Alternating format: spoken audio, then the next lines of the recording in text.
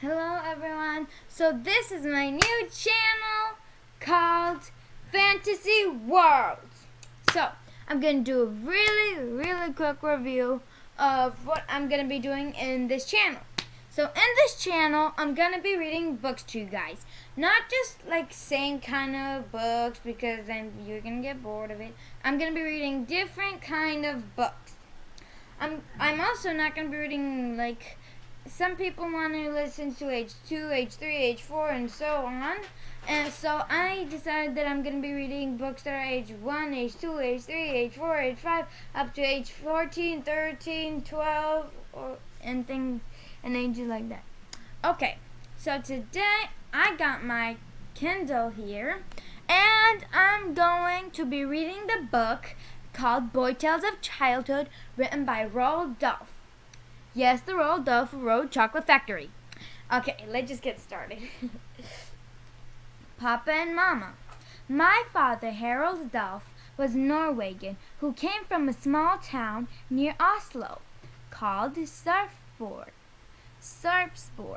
His own father, my grandfather, was a fairly prosperous merchant who owned a store in Sarpsborg and traded in just about everything from cheese to chicken wire. I am writing these words in 1984, but this grandfather of mine was born, believe it or not, in 1820. Shortly after Wellington had defeated Napoleon at Waterloo, if my father had been alive today, he would have been 164 years old.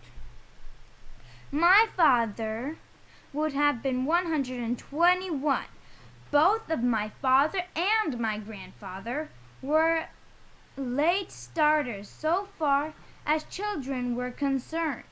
When my father was 14, which is still more than 100 years ago, he was up on the roof of the family house replacing some loose tiles.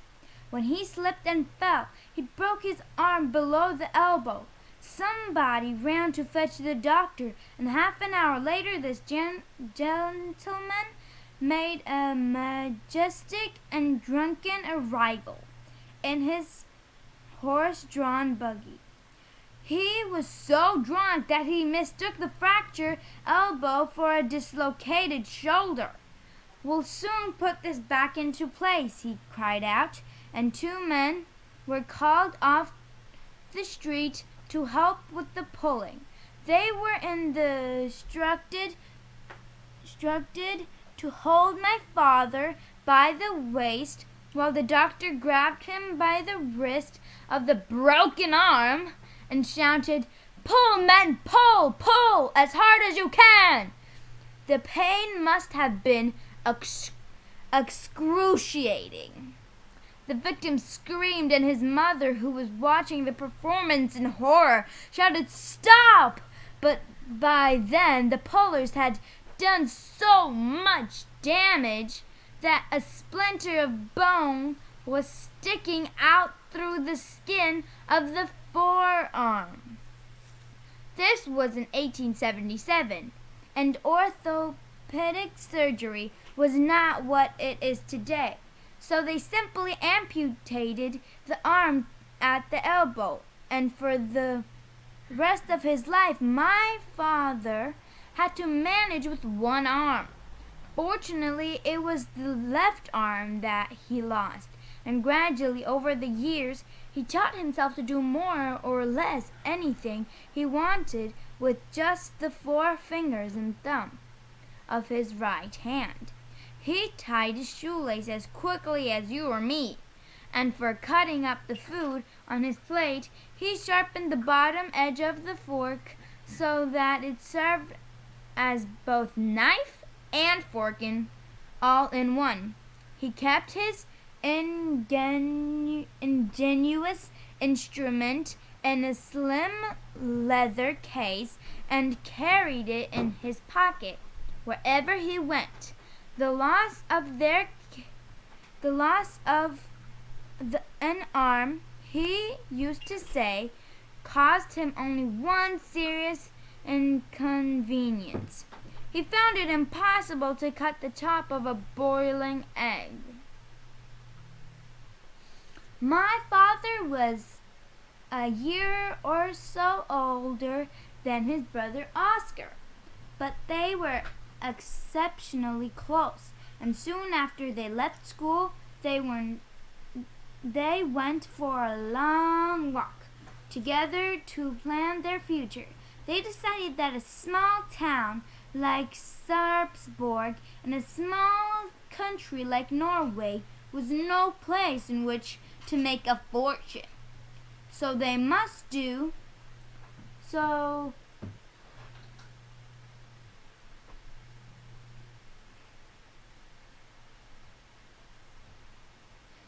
what they must do, they agreed, was go away to one of the big countries, either to England or France, where opportunities to make good would be boundless. Their own father, an amiable giant, nearly 7 foot tall, lacked the drive and ambition of his sons, and he refused to support this tomfool idea. When he forbade them to go, they ran away from home, and somehow or other the two of them managed to work their way to France on a cargo ship. From Calais they went to Paris, and in Paris they agreed to separate because of them wished to be independent of the other. Uncle Oscar, for some reason, headed west for La Rochelle on the Atlantic coast, while my father remained in Paris for the time being. The story of how these two brothers each started a totally separate business in different countries and how each of them made a fortune is interesting. But there is no time to tell it here except in the briefest manner. Take my Uncle Oscar first. La Rochelle was then, and still is, a fishing port. By the time he was 40, he had become the wealthiest man in town. He owned a fleet of trawlers called Pêcheurs d'Atlantique, and a large canning factory to can the sardines his trawlers brought in. He acquired a wife from a good family and a magnificent townhouse, as well as a large chateau in the country. He became a collector of Louis XV furniture, good pictures and rare books, and all these beautiful things together with the two properties are still in the family. I have not seen the chateau in the country, but I was in La Rochelle house a couple of years ago, and it really is something. The furniture alone should be in a museum. While Uncle Oscar was bustling around in La Rochelle, his unarmed brother Harold, my own father, was not sitting on his rum doing nothing. He had met in Paris another young Norwegian called Adnesen, and the two of them now decided to form a partnership and become shipbrokers. A shipbroker is a person who supplies a ship with everything it needs when it comes into port: fuel and food, ropes and paint, soap and towels, hammers and nails, and thousands of other tindly little items. A shipbroker is a kind of enormous shopkeeper for ships, and by far the most important item he supplies to them is the fuel on which the ship's engines run. In those days, fuel meant only one thing. It meant coal. There were no oil-burning motor ships on the high seas at that time. All ships were steamships, and these old steamers would take on hundreds and often thousands of tons of coal in one go. To the shipbroker, coal was black gold. My father and his new-found friend, Mr. Ednison, understood all these very well. It made sense. They told each other to set up their shipbroker business in one great coaling port of Europe. Which was it to be? The answer was simple. The greatest coaling port in the world at the time was Cardiff in South Wales. So off to Cardiff they went. At that time, Cardiff they went. These two ambitious young men carried with them little or no luggage, but my father had something more delightful than luggage. He had a wife, a young French girl called Marie. He recently married in Paris.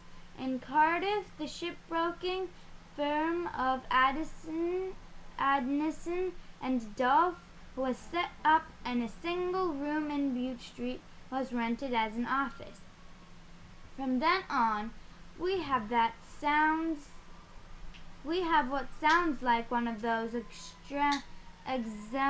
exaggerated fairy stories of success, but in reality it was the result of tremendous, hard and brainy work by those two friends. Very soon, Ednison and Dahl had more business than the partners could handle alone. Larger office space was secured, and more staff were engaged. The real money then began rolling in. Within a few years, my father was able to buy a fine house in the village of Llandaff, just outside Cardiff, and there his wife, Marie, bore him 2 children, a boy and a girl. But tragically, she died after giving birth to the second child. When the shock and sorrow of her death had begun to subside a little, my father suddenly realized that his 2 small children ought at the very least to have a stepmother to care for them. What is more, he felt terribly lonely.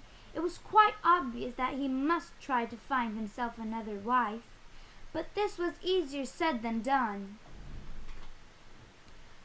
For a Norwegian living in South Wales who didn't know very many people, so he decided to take a holiday and travel back to his own country, Norway. And who knows, he might, if he was lucky, find himself a lovely new bride in his own country.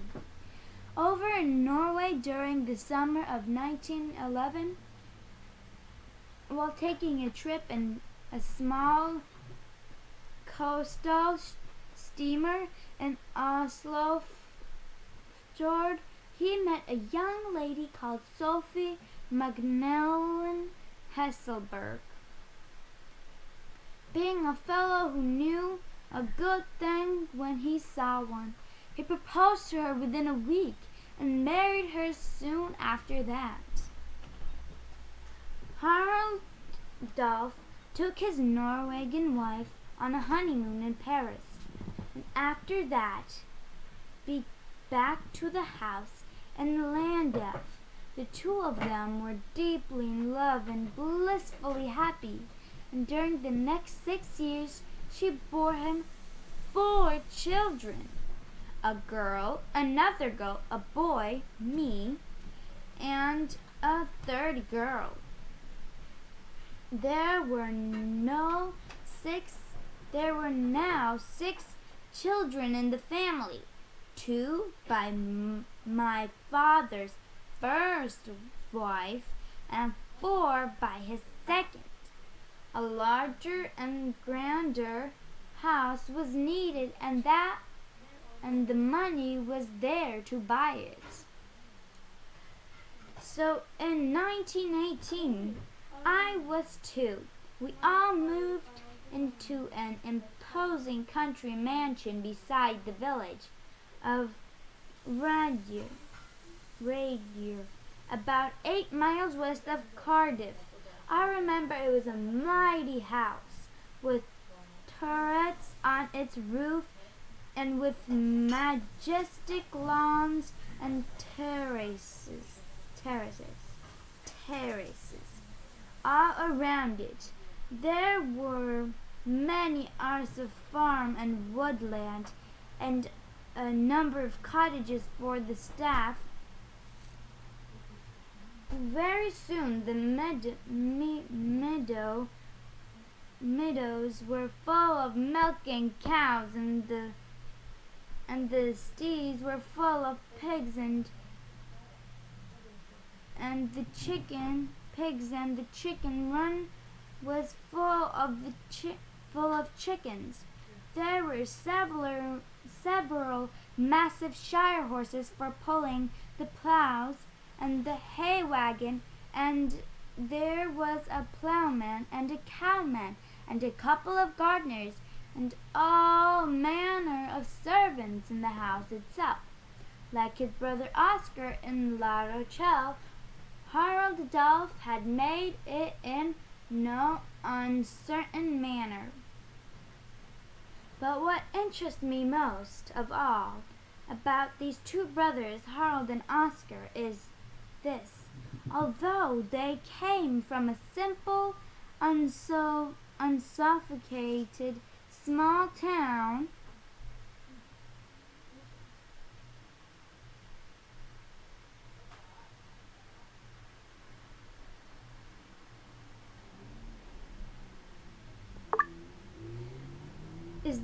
although they came from a simple, unsophisticated small town family, both of them quite independently of one another developed a powerful interest in beautiful things. As soon as they could afford it, they began to fill their houses with lovely paintings and fine furniture. In addition to that, my father became an expert gardener, and above all, a collector of alpine plants. My mother used to tell me how the 2 of them would go on expeditions up into the mountains of Norway, and how he would frighten her to death by climbing one-handed up steep cliff face to reach small alpine plants growing high on some rocky ledge. He was also an accomplished woodcarver, and most of the mirror frames in the house were his own work. So indeed was the entire mantelpiece around the fireplace in the living room, a splendid design of fruit and foliage and intertwining branches carved in oak. He was tremendous diary writer. I still have one of his many notebooks from the Great War of 1914 through 1918. Every single day during those 5 war years, he would write several pages of comments and observations about the events of the time. He wrote with a pen, and although Norwegian was his mother tongue, he always wrote his diary in perfect English. He harbored a curious theory about how to develop a sense of beauty in the mind of his children. Every time my mother became pregnant, he would wait until the last 3 months of her pregnancy, and then he would announce to her that the glorious walks must begin. These glorious walks consisted of him taking her to places of great beauty in the countryside, and walking with her for about an hour each day so that she could absorb the splendor of the surroundings. His theory was that if the eye of a pregnant woman was constantly observing the beauty of nature, this beauty would somehow become transmitted to the mind of the unborn baby within her womb, and that baby would grow up to be a lover of beautiful things. This was the treatment that all his children received before they were born. Well, that's all for today. That was the first chapter.